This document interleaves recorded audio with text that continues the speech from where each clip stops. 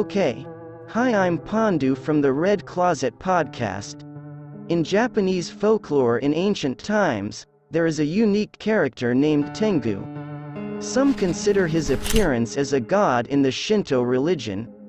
In another version, Tengu is called a superhero who is able to fly, has great physique, and is often classified as a supernatural being.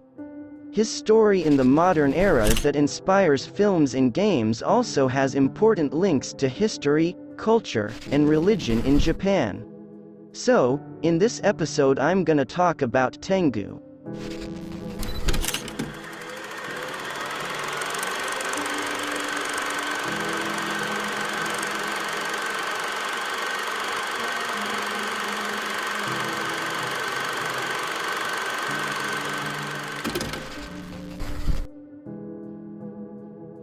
The word Tengu actually means heavenly dog, or heavenly sentinel, are a type of legendary creature found in Japanese folk religion.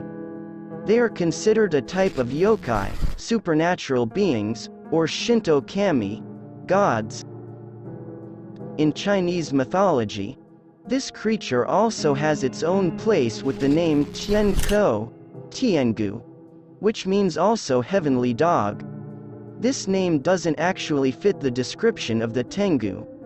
This creature does not have the appearance of a dog, but more like a bird.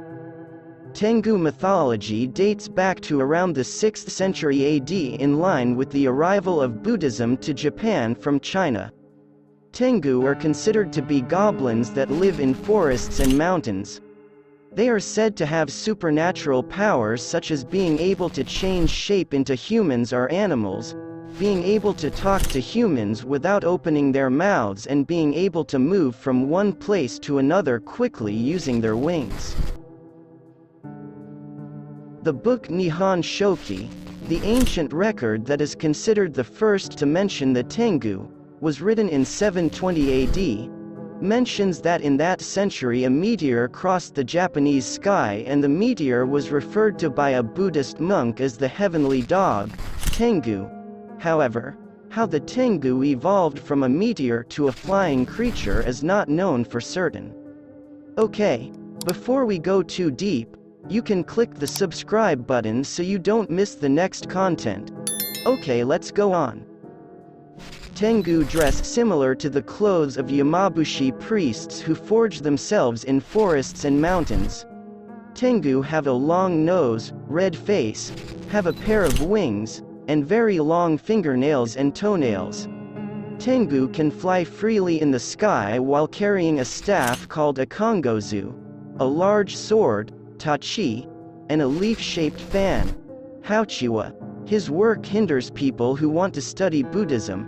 His other name is Geho-sama, Magic Lord. In general, Tengu have two physical forms. The first is called Karasu Tengu, which has a head and beak like a bird.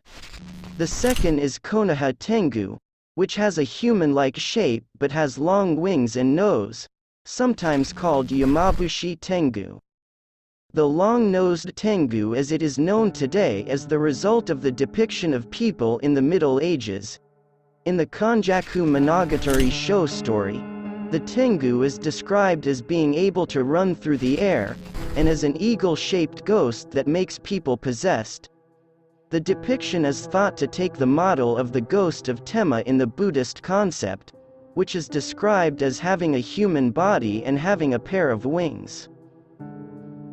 The early Tengu model probably changed in the first half of the Muromachi era. In the collection of Otojizushi folk tales, there is a story of Tengu no Dairi, Tengu Palace, whose main character is Karama Tengu. In addition, Yushiwakamaru is said to have received swordsmanship lessons from the Tengu at Karama Shrine. In the Heike saga, Tengu are described as human but not like humans, birds but not like birds, dogs but not like dogs, hands and feet like human hands and feet, face like dogs, has wings on either side, and can fly. A later version of the Kujiki, An ancient Japanese historical text writes the name of Amanazako, a monstrous female deity born from the god Susanoo's spat-out ferocity, with characters meaning Tengu deity.